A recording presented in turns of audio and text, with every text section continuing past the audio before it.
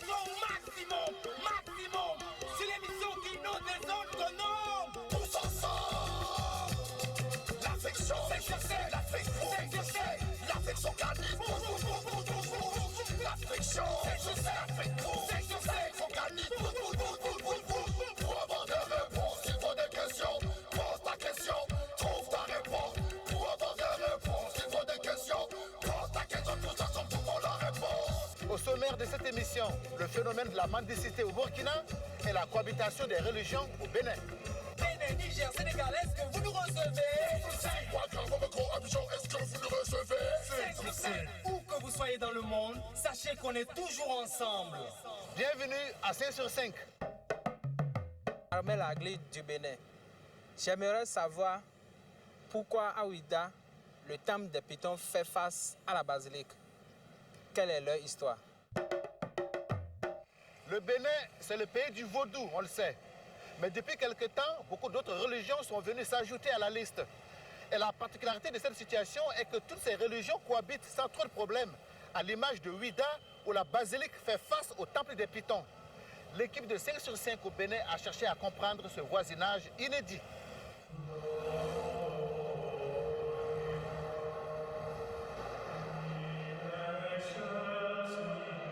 En assistant à une messe à Ouida, notre citoyen Armel Agli a été surpris, voire choqué de constater qu'un temple de coloration vaudon fait face à la basilique. Ce face-à-face surprend quasiment tous ceux qui visitent cette ville historique du Bénin.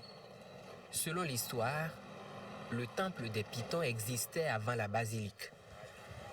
Le responsable du temple des Pythons est habitué à répondre à de telles préoccupations. Amel, bonjour monsieur. Amel, d'accord, monsieur. Mais ça va, vous avez certaines questions à poser? Oui, bien sûr. Merci.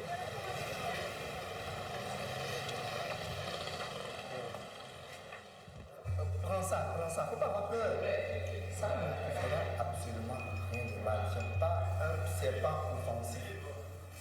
Il existe deux temples de Python à Ouida, le temple mâle et le temple femelle. Mais seul le temple femelle est ouvert aux touristes. Des touristes qui découvrent avec émoi que ce serpent, aussi important soit-il, il est absolument inoffensif. Serpent d'Afrique et d'Asie, le python fait l'objet de vénération chez les populations Houéra du Bénin. L'histoire raconte qu'après la défaite des Houéra face aux troupes du puissant roi Dahomey, Passé, le roi vaincu se réfugia dans la forêt pour échapper à l'envahisseur. Là-dedans, il y a tout au moins une cinquantaine de pythons dedans. Alors, chez nous... Ce dernier, décidé à le capturer, se lança à cette trousse. Mais il dut rebrousser chemin à la vue des pythons qui surgirent de partout. Le roi eut ainsi la vie sauve. Depuis, le python est devenu l'animal totémique des Houéra. Le temple de Python s'est installé avant la basilique. Je voudrais savoir si, depuis ce face-à-face, si des problèmes sont survenus, si vous avez des problèmes, des conflits entre vous, et comment cela s'est résolu après. Le temple de Python est là, et après la basilique, elle est en face, mais il n'a pas de problème. Au contraire, c'est d'abord les catholiques qui ont eu donc à chercher la main des animistes et des fils de vaudou là pour pouvoir assez à construire en de bonnes conditions cette église-là, qui est l'église mère de la République du Dahomey, aujourd'hui Bénin. C'est pourquoi vous allez voir, même si un adepte meurt, après son enterrement, on fait toujours une messe d'action de grâce, malgré s'il n'est pas vraiment un peu catholique.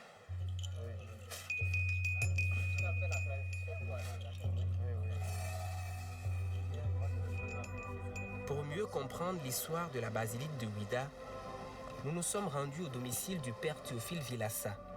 Il est originaire de Ouida et a même été le curé de cette paroisse. Bonsoir mon père.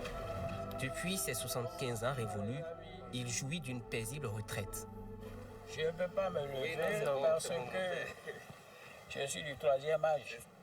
Le temple des Pythons est là parce que le temple des Pythons existait déjà là où il est actuellement avant la construction de la basilique de Ouida.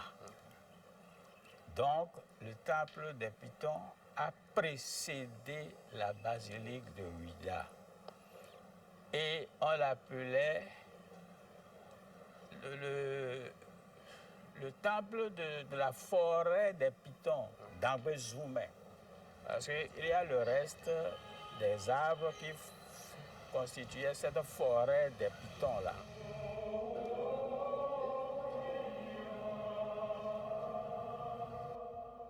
Les missions africaines de Lyon, conduites par le père Borguero, ont débarqué à Ouida le 18 avril 1861. En 1901, Monseigneur Louis d'Artois obtient de l'administration coloniale française l'autorisation de construire une église sur cette place, autrefois lieu de détention et de torture du roi d'Abomey. L'église construite a été celle-ci. On aurait appris dans l'histoire que les adeptes du vaudou ont même contribué largement à la construction de la basilique de Ouida. Ce qui est curieux et frappant, c'est que les non-chrétiens, les adeptes de la religion traditionnelle, ont toujours été aux côtés des chrétiens. Le sable, ça a été à Gondi, et les briques aussi à Tové. C'est là ça a été fait avec des briques en terre rouge. Là. Et le Monseigneur Daga a relaté, c'est tout Ouida qui a ramassé le sable. À l'époque, est-ce que c'était par contrainte qu'ils ont participé à la... Jamais. Ça a toujours été la main dans la main. Deux mains qui se serrent. Quand nous avons célébré les 50 ans de la mort de Monseigneur Stémès, nous avons invité tous les adeptes de la religion traditionnelle. On a dansé, moi j'ai dansé avec eux. Est-ce qu'il y a des frictions entre les deux communautés? Il n'a pas manqué de friction.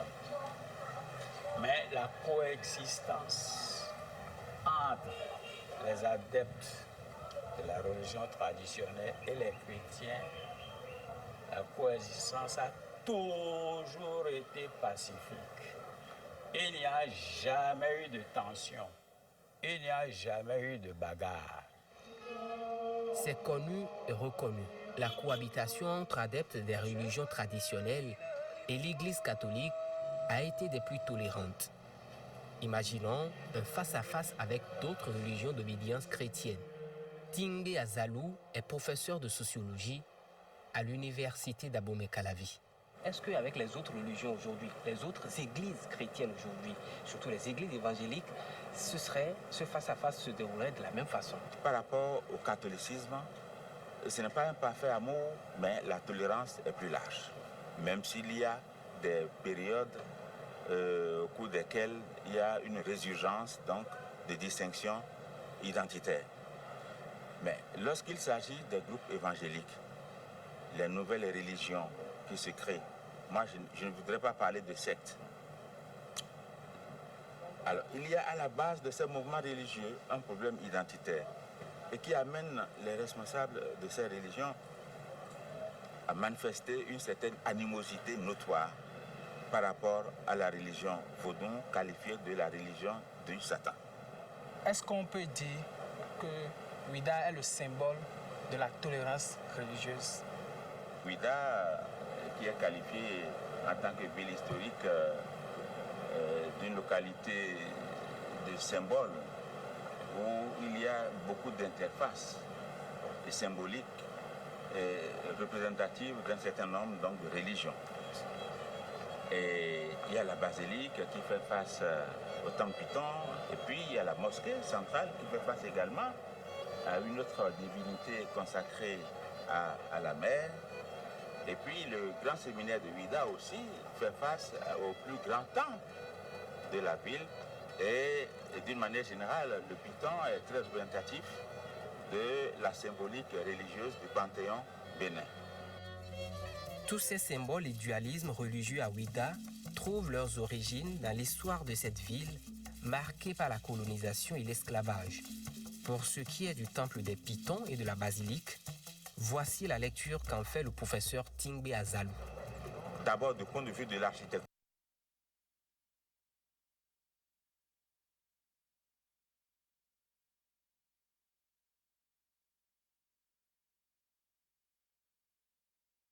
aujourd'hui a été restauré, plus élargi, du point de vue du croix démographique donc des croyants, notamment des catholiques.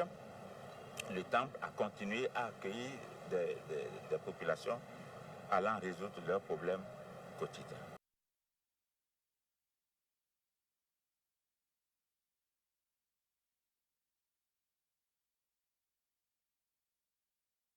C'est le symbole même de Ouida. C'est propre à tout le pays. Ben, Ouida a été la toute première localité ayant enregistré justement un tel dualisme qui n'est pas du tout antagonique en quelque sorte. Apparemment, ça allait d'une contradiction. L'essentiel est que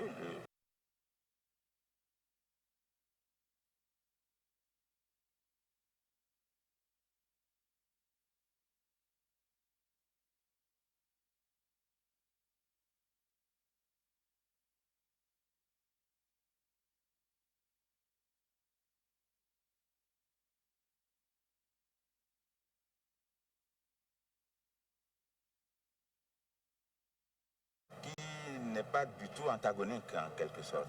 Apparemment, ça allait d'une contradiction. L'essentiel est que le Béninois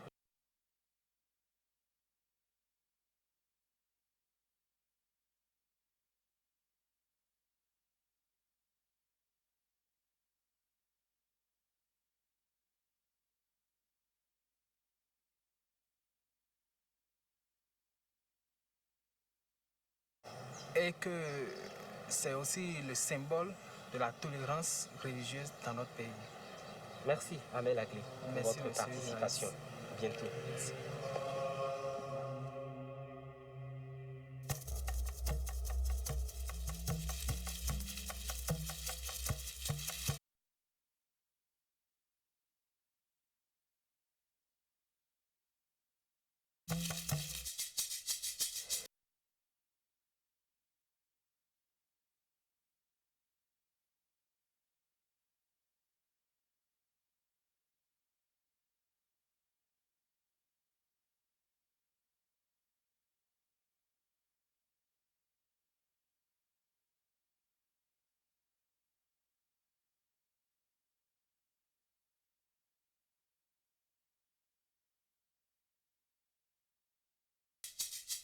Voilà, c'est fini pour aujourd'hui.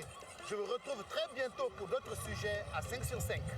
La télé t'appartient, oui elle te tient. Il faut que tu saches, c'est que l'on te cache. La télé t'appartient, oui elle te tient. Il faut que tu saches.